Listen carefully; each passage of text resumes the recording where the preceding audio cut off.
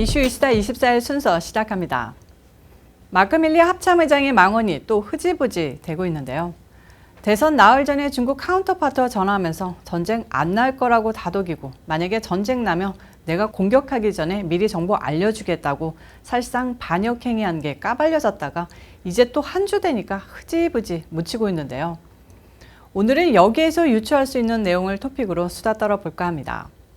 이 내용이 나온 책 패럴, 그러니까 위험에 따르면 중국 측은 이 당시 미군이 중국을 공격할 것이라는 대단히 구체적인 정보를 근거로 이런 통화를 한 것으로 나옵니다. 미국과 중국이 지상에서 격돌을 벌인다면 몰라도 현재 화약고인 남중국에서 전쟁이 벌어진다면 미군은 약간의 피해를 입지만 중국은 해군력과 공군력이 거의 괴멸될 것이 분명하다고 군사 전문가들 대부분 견해가 모아지는데요.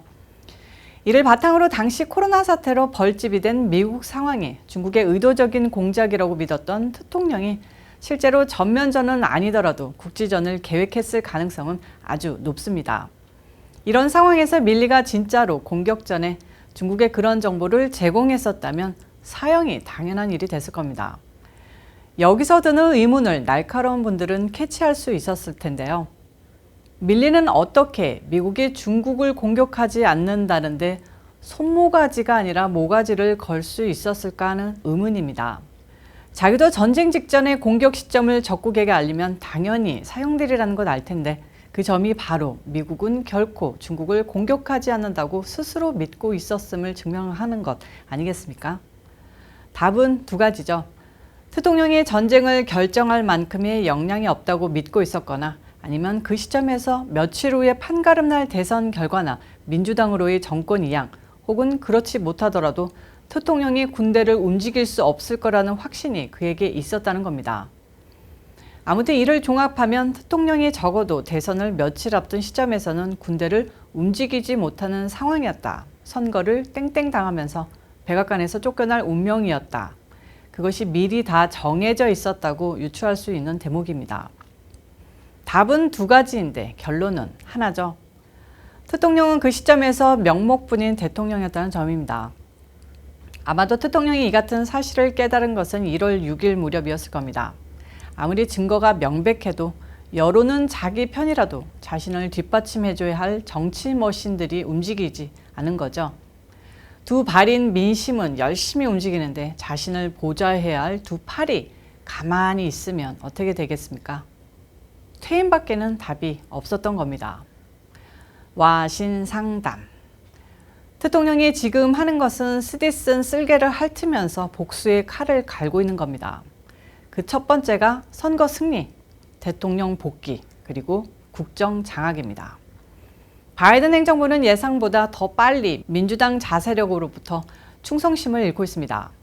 하지만 민주당 세력, 아니 그보다 거대한 무언가가 움직이는 선거판이기에 압승이 아니면 그 결과가 어떻게 나올지 모릅니다.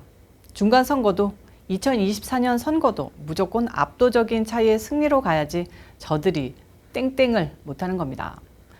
아무튼 이런 이유 때문이라도 트럼프 대통령이 재선을 통해 혹은 그 어떤 이유로든 백악관에 컴백하게 된다면 제일 먼저 할 일은 일단 딥스 세력을 손보고 중국과 셔브를 보는 일이 될 것이라는 게 비단 음모론자뿐만 아니라 대다수 트럼프 지지 세력의 공통적인 견해입니다.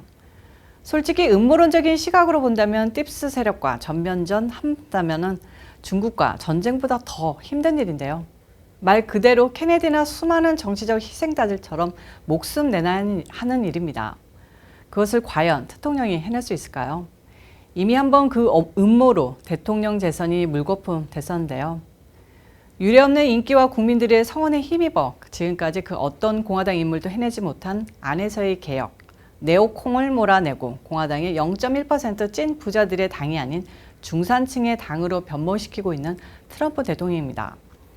그가 정말 공화당을 트럼프 당으로 변모시키고 중간선거를 방해 세력을 물리치고 승리로 이끌고 대선 재도전을 통해 두 번째 임기에 성공한다면 정말 세계사적인 사건이 될 듯합니다.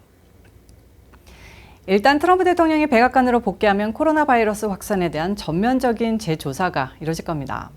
바이든은 이걸 뭉뚱그려서 결론은 찾을 수 없는데 중국이 인위적으로 만든 것은 절대 아니라고 발표했습니다. 하지만 여러 학자들을 통해서 우한 연구소에서 코로나 바이러스가 만들어졌을 가능성이 높다는 증거물들이 제시되고 있고요. 바이러스 구조상 코로나 바이러스가 우연히 자연 상태에서 생성됐을 가능성은 그야말로 원숭이가 인간이 된 것만큼의 확률과 비슷하다고 의견을 모으고 있습니다. 대통령은 반드시 중국 책임론을 다시 끄집어내서 예전에 말한 바와 같이 최소 수백조 달러에 달하는 벌금을 제시할 겁니다. 이 정도 내놓으라면 중국은 당연히 듣지 않을 거고요.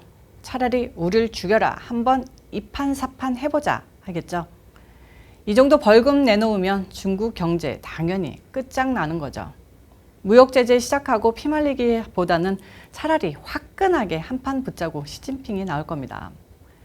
일각에서는 지금 시진핑이 중국의 체제를 비교적 느슨한 자본주의도 아니고 공산주의도 아닌 금권주의에서 마오쩌둥식의 강경 공산주의로 회귀시키는 것이 바이든이 아니라 트럼프가 복귀한 미국을 상대하기 위해 결속력을 다지기 위한 것이라고도 합니다. 이런 가운데 싱크탱크 랜드 코퍼레이션의 보고서에 따르면 미중 전쟁이 핵전쟁이 아니라 해군력과 공군력을 동원한 첨단 재래식 전쟁으로 치러질 것으로 예상됩니다. 보고서는 재래식 전투가 주를 이루고 미국도 타격을 많이 받는 전쟁이 될 것으로 예측했는데요.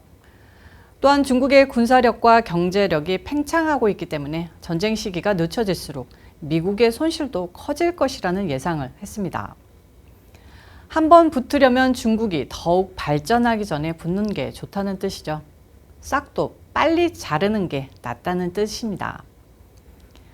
전쟁은 남중국해 등 태평양 서부 지역 전역에서 진행되며 전함과 전투기, 미사일뿐만 아니라 위성과 컴퓨터 시스템 침범 등의 사이버 전쟁도 불가피할 것으로 예상했으나 핵전쟁 가능성은 낮게 봤습니다.